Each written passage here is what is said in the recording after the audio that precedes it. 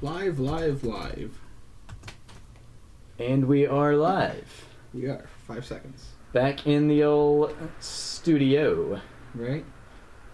It's perfected. As you can see, the table is A disaster. a little cluttered, But good for good reason. which we'll talk about. In our sponsor shop. We get real sponsors. Well, we're paying us. That counts. Of course that counts. We've got a few topics tonight. Starting off with, Google can tell when you tap on the back of your phone. Tap the Gestures app. Is that how you pronounce it? Gesture? Gesture. Definitely gesture. It's GIF. It's jive. There we go. And then we've got the HP Reverb G2, the okayish headset that's just And then we're moving this one up here because it will go with... There we go. Oh. Microsoft Flight Sim's VR support will no longer be exclusive to Windows Mixed Reality.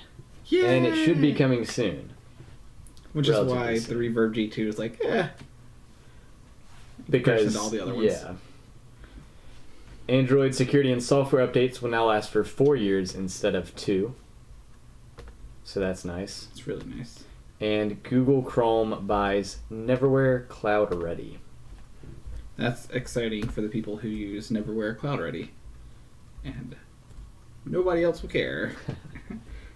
Unless you're a big fan of Chrome OS. Which I am. It works. And then we've got another topic. You might be able to see that the table is somewhat dirty and cluttered. Not dirty, but kind of has a little bit of random stuff on it. Got some electrical tape, some scissors, some pliers and stuff, because we've been working on building RC planes. Big RC planes. One of ours is big, the other one's is acceptably sized. But still bigger than what you would think. What I would have thought, yeah. So we'll talk about that too. That'll be the exciting topic for the day. Starting off with Tap the Gesture app. Alright, y'all ready for me to leak almost everything on my computer? Always. Oh, look at that, not working. Hit the up arrow. Hey! Perfect. Sweet. Now nobody notified my computer. So apparently Tap the Gesture app. I don't know, I kind of made that up on the spot when I was reading this. It was very clickbaity sounding. So it looks like there's an app that takes advantage of the gyro and accelerometer in your Google phone. Okay. And so it can tell when you tap your phone. Okay. And that's pretty much it. Okay. I think it's kind of cool that they can do that because I really like the ability to shake the phone and turn on the flashlight like we did on the stream last week. So that's what I was going to get to. Yeah. Was that okay. Tap. I'm looking at the App Store now. Okay, yep. And then I also do the old double twist for a camera as well. And that's come in handy a lot recently, especially as we're building the planes, because like we went out in the driveway today just to taxi around and make sure that we feel like they can produce enough thrust and stuff. And so and that the controls are right. Yeah, and that the controls are all oriented correctly. And so it's super easy to just shake the phone twice to throw in a light as we're walking around or walking through the dark garage, or twisting to open up the camera really quickly to take a video of the plane before it explodes into a fireball of awesomeness. Which never happened. Right. Technically. I cannot find it, so I will find it over the next couple days. Okay. Because, yeah, it would be great to have a way to turn on my camera that doesn't involve double-clicking my power button. Yeah. That takes too long. Is there anything else that you would like to Flashlight. set up? Flashlight? That's and... it, really, flashlight. Okay. Yeah. Flashlight and camera? Yeah. I mean, camera's not bad with the double-click. Double-click. Yeah. Oh, we don't have the thingy where you see our face on the mini screen. We're good. Ooh. So, that's good news for people who don't have the old Motorola phones like myself. But, yeah, I'm definitely going to be looking at it next couple days to get that flashlight. these two next articles play into each other very, very well. Yes. So the HP Reverb G2, a big leap for VR. What a joke. So I have to get to them that their controllers look great. They look much more like the Knuckles, and I think that is because they are the Knuckles. Okay. I don't know. It's also designed by Valve, so. Okay. Similar. They do have a similar look to the Index, with that weird ring thing. Yep. So pricing's pretty much what you expect. $600 for the headset, which is like normal, I guess. Mm-hmm. It's kind of like how you expect to spend $500 on a phone. Yeah. Otherwise, according to Tech Radar, for their overall verdict, it has no screen door effect, which is great. Mm-hmm. Higher quality screen, higher pixel screen, I guess. Yeah. Very immersive. That's one way to put a positive, I guess. I think having the headphones built in might help with that as well. Earbuds have been great. Okay. I love wearing earbuds with VR, like for tonight. Mm-hmm. Ease to set up. That is always a huge benefit. One of the big downsides to the Vive is if I wanted to take it to someone's house, it's like a 30-minute process. Mm-hmm. And not the most expensive. Which, like, yeah, it's not a $1,200 headset. That's good. But then but not the cheapest either. And motion tracking lacks precision. That's the big one. If it lacks precision, you can't play like Beat Saber or anything competitive, fast-paced. Okay. I wonder how Super Hot would play. True. It's super precise. Yeah. And that's one nice thing about like the Vive and setting up those towers is that those towers are what allows it to be a little bit more precise. Yeah. And then the biggest turnoff for me is the cables get in the way. So you can't make it wireless as of yet. Okay. Someone will probably come out with third-party wireless like they did with the Vive. Gotcha. But after playing with the HTC Vive as a wireless headset, I'll never... Hard to go back. It's hard to go back. Yeah. It's hard to use a cell phone and then go back to a landline. Yeah. So I'd be excited to see how fast they can make it wireless. Yeah, because even if it's just a third-party add-on or something, that would greatly increase the fun and like flexibility of using it. Which kind of goes right into the next article. Yep. So one nice thing, or one thing that was going to be nice with that HP Reverb is that it was going to be supported by Microsoft Flight Sim. But now Microsoft is opening up Flight Sim to all the VR headset families, according to this article from over at Upload VR.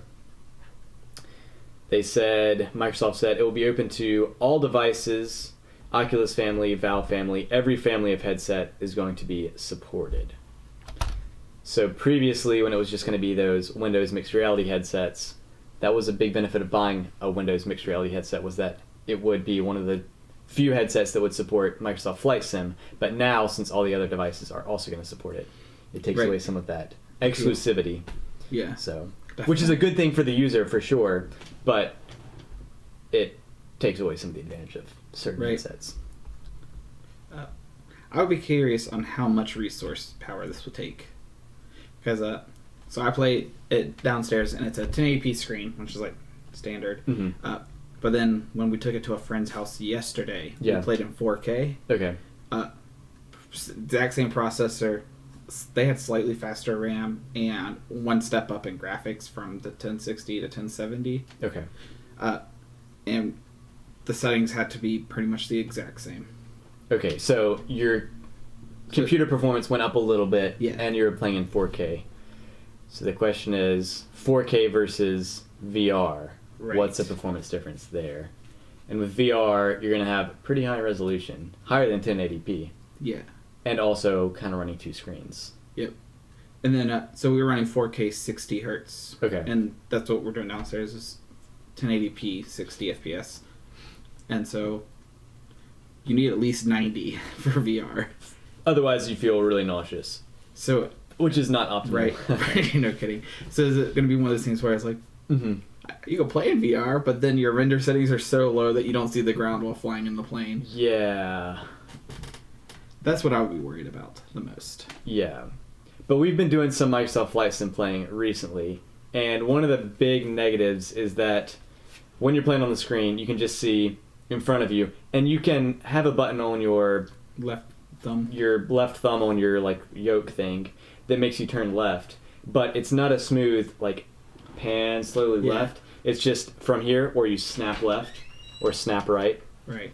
And so there's no in between. So if you're trying to look at an airport or something out your kind of left front window, you really can't. You can only look out the left window or straight ahead. Yeah. So VR headset would be really nice for that, or looking down at your instrument panel, or just being able whatever to look around, really. Yeah. It'd be great to just simply like move your head a foot to the left and then look down. Yeah. Like more against the glass. Mm-hmm. Instead of your head, 2 feet off the window trying to look at the airport. Like, there it is. Because I find myself doing that a lot. Be like, flying Oh yeah, definitely. I'll do the same thing, looking over the yoke, trying to, as if you're driving a car and trying to look over the front of the car, or the plane in this case, obviously. But I mean, I don't fly planes, so or cars. I don't fly cars either. There you go. Anyone from the FAA is out there watching. It'd be interesting to see how well VR is supported, how good it runs, which takes us great into our sponsor spots. This video is sponsored by Jmart Media and Nephew Tech. Look at the Nephew Tech banner. Woo! Professional. Yeah, right. We tried. We were busy building planes. Right. Should we talk about planes, or should we talk about the last topics and then go back to planes? Let's knock out the last topics. Just get them out of the way. Sweet. This article from over at Tom's Guide. The title is, Google is finally fixing the worst thing about Android phones. And I thought to myself, well, yeah. I mean, Google owns Android, so. Google's taking themselves out of Android phones. Yeah, I was thinking, like, what's the worst thing about Android phones? And personally, I don't really have any big problems. I guess the fact that Google does kind of have a monopoly over them is kind of an issue. Yeah. But, I wasn't sure what it was talking about, and I was kind of excited when I clicked the article to see what they thought was the worst thing about Android phones. And scrolled down, and it looks like Google has reached an agreement with the chip maker Qualcomm to provide up to 4 years of update support for Android devices, as opposed to the typical 2 year of update support. Which, for people who like to keep their phones for a long time, is nice. Right. But 4 years really isn't as long as I would have thought. Would have thought, yeah. I wonder if that's... So Qualcomm will support the up to 4 years, but then Samsung will support it. Or Motorola, We'll continue it. Makes Apple look better and better with like their 7-year support or something like that. Yeah. Like, yeah, it's not so bad now. So that's a nice upgrade. Not the biggest deal in the world that I would have considered, but security is important. So do you think with the longer support cycle, that's a sign towards the idea that the technology is not moving as fast anymore? It's like because it's getting harder and harder to shrink the silicon and make it faster and make it better, that they're like, all right, we'll support it longer so that we don't have to like advance as fast. That's a good question, but I think companies are going to keep pumping out smartphones because they want that profit. Right. And so, but maybe this was kind of a reaction to Apple's 7-year support. Okay. Maybe trying to make consumers happy with more support. Good luck. Because as a company, like, it's not a direct benefit to you to support these devices for longer. Yeah. Unless it avoids like bad press from, right, your devices being compromised. But yeah. But buy a new device. Yeah. Every 2 years. Speaking of buying a device every 2 years, so this company called Neverware, great company, has a program called CloudReady. CloudReady is pretty much exactly Chrome OS, except not legally Chrome OS. Okay. And that's really the difference there. Gotcha. So Google decides to buy Neverware, that owns the CloudReady. Mm-hmm. Yeah, so it tells you right there. And so I even installed CloudReady at my shop. Okay. And so now I'm like, should I? What are they going to do to it? Is my big question. Because I was talking to another tech about it. I was like, this is either really, really good news, mm-hmm. or this is really, really bad news. Yeah. I doubt they're going to buy it and just let them continue to do the thing they've been doing mm-hmm. for, 6 years now or something. Yeah. As long as I've been in business. And so the good idea is that they buy them and they're like, okay, so this is how they're making all the support for all of these 15-year-old laptops, because that's what we're installing them on. It's like mm-hmm. 2008 laptops. That just aren't powerful enough to run Windows. Yeah, exactly. Or don't have enough space, or, I mean, obviously you can upgrade the hard drive, But then they max out at 2 gigs of RAM or something. You're like, yeah, it really doesn't work for Windows. Single core at 1.2 gigahertz with 2 gigs of RAM and a 120 gig SSD or something. You're like, oh, that's as good as it's going to get. Yeah. But yeah, you saw CloudReady and it runs great because CloudReady uses next to nothing. Okay. And it's just like Chrome OS. So every 8-year-old in the United States knows how to work Chrome OS by this point of the pandemic. It's they all had one for a while now. And so this scary idea is that Google's going to buy them and then just shut it down. Yeah. And you're like, well, that sucks. Yeah. So kind of killing their competition as opposed to right. continuing on with what they've built. Yeah, because there's not really anything that competes with a Chromebook that you can go out and buy for $120, mm-hmm. and it just like works well. Yeah. There's HP Streams, but don't buy them. They're not great. But then the good idea is that they do buy them, which they did, and they're like, all right, this is pretty cool. Let's make Chrome OS free. Kind of like how Windows 10 is like almost free for everybody now. We can make Chrome OS free and easy to install, and Chrome OS can be a legit competition. Because everyone's like, Linux is great. Ubuntu is competing with Windows. It's like, no, it's not. It's not even close. Yeah. Windows owns what market share? All of it. And they have Linux with a tiny little sliver. And Chrome OS has been taking a huge leaps over the last few years. If Linux competes with Windows on any chart you've seen, it's only because of servers and stuff. Only because like web servers. That's probably very true. But it wouldn't surprise me if a graph's not out there that, or if a graph is out there that right. shows that. All right, so I guess that brings us to final topic. Final topic. Wow, 18 minutes. 5 topics, 18 minutes. Throwback to our previous 2 topics talking about Microsoft Flight Sim. So as I mentioned, the tables it fits on screen. Yeah, the table's kind of messy because we've been building some RC planes. And so here is what I've got. You can see it's moderately sized. Doesn't look super finished in terms of like paint job or anything. Yeah. And there's not a hood or like anything protecting the stuff in the back. But it flies. It goes further than it would if it didn't have stuff in it. It flies, just not for very long. Right. It did for a little bit. I would say it went 200 feet. One flight, it probably did go farther than you can get a feet. paper airplane.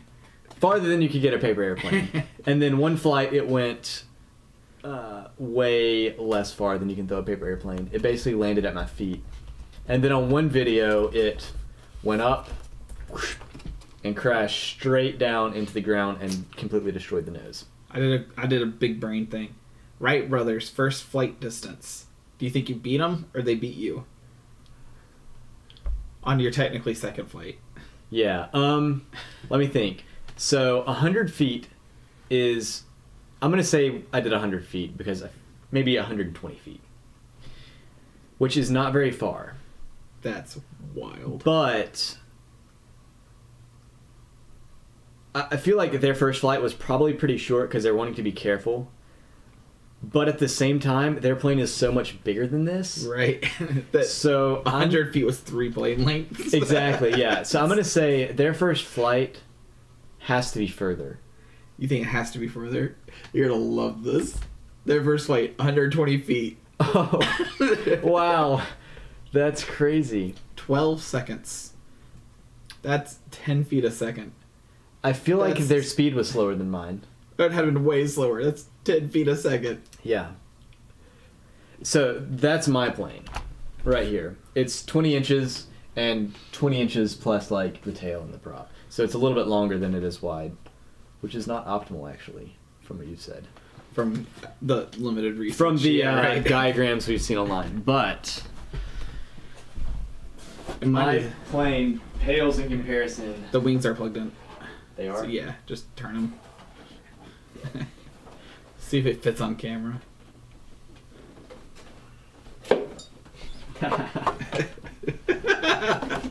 You might think that I'm just shoving this plane right in front of the camera, but actually, this is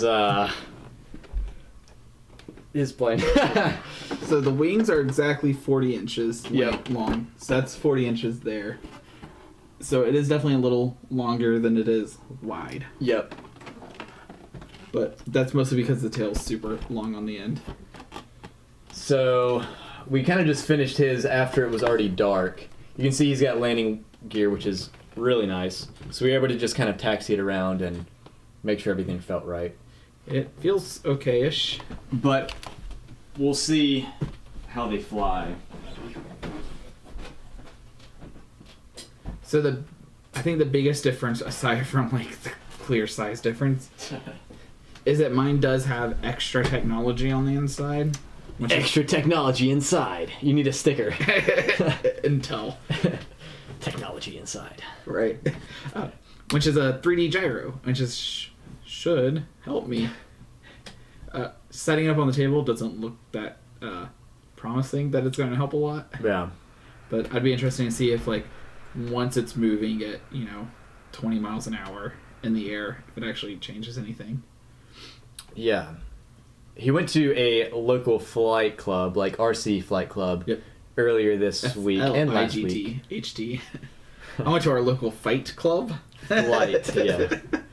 And there were at least two people flying planes. One of them was super smooth, and the other one was less smooth. Yeah. And he asked them what the difference was, why one of the planes was flying much more smoothly. Because they were very different designs. Okay. One was much more like what mine is, which would be like a Cessna or like a Cub CJ style plane. And then the other one was the twin prop, and it had two props on the ends of its wings. And that was the one that was rough. Okay. So I was like, maybe it's like a weird, like, he's controlling it some with the speed and like more options of control. And this was before we started building, so we kind of wanted to know if this is flying unstable, what can we do so that ours flies more stable? Right. We should probably go more towards this guy's build. But it turned out that the thing that was making that plane more stable was that 3D gyroscope inside, which keeps it kind of automatically stabilizing as it's flying through. Yeah, so it can detect that the plane's leaning to the right, and it will automatically adjust to make it come back to the left. Yeah. Or not come back to the left, but straight back up. Yeah.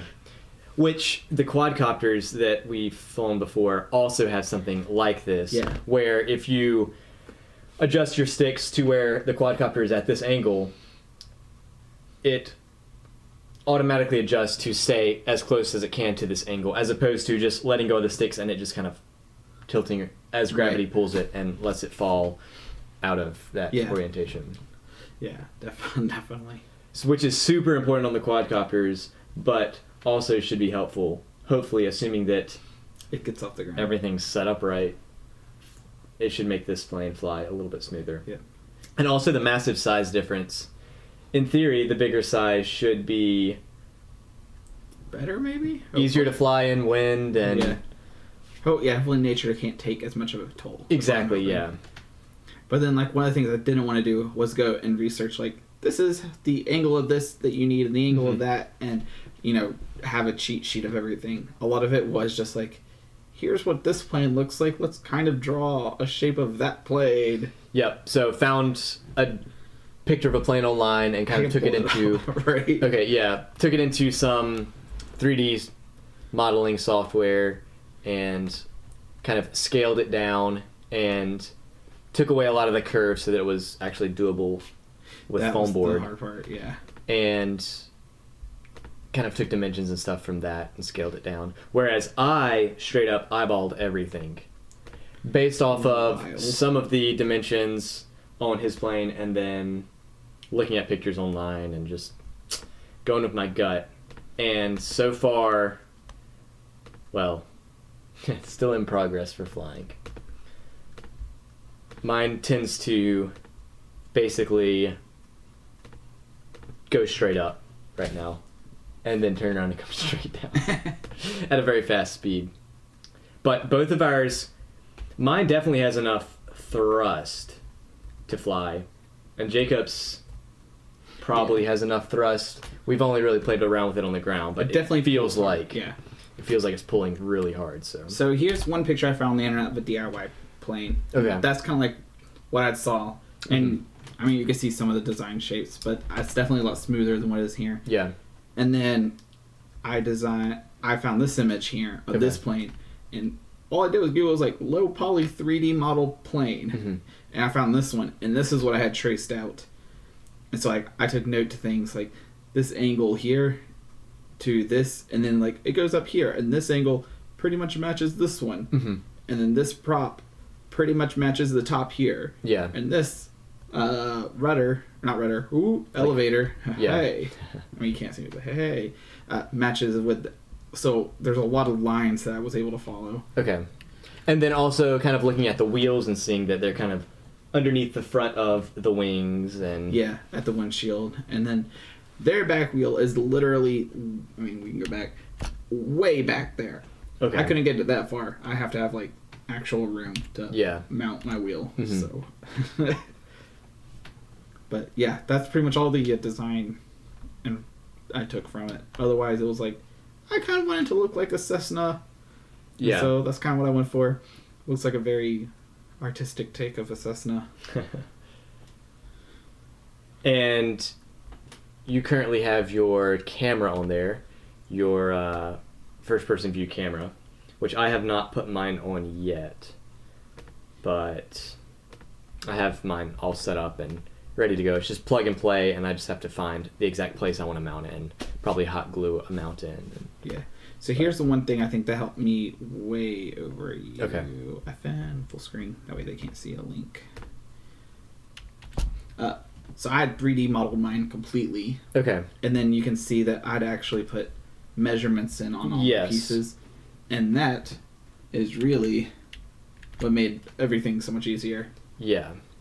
Because I was like, I'm just going to like follow the 3D model. Yeah, eyeballing it was kind of fine for a smaller model, because mine is half the wingspan, but if you're talking about a cubic area, it's kind of like 1/8 of the size-ish. Right. However it scales down.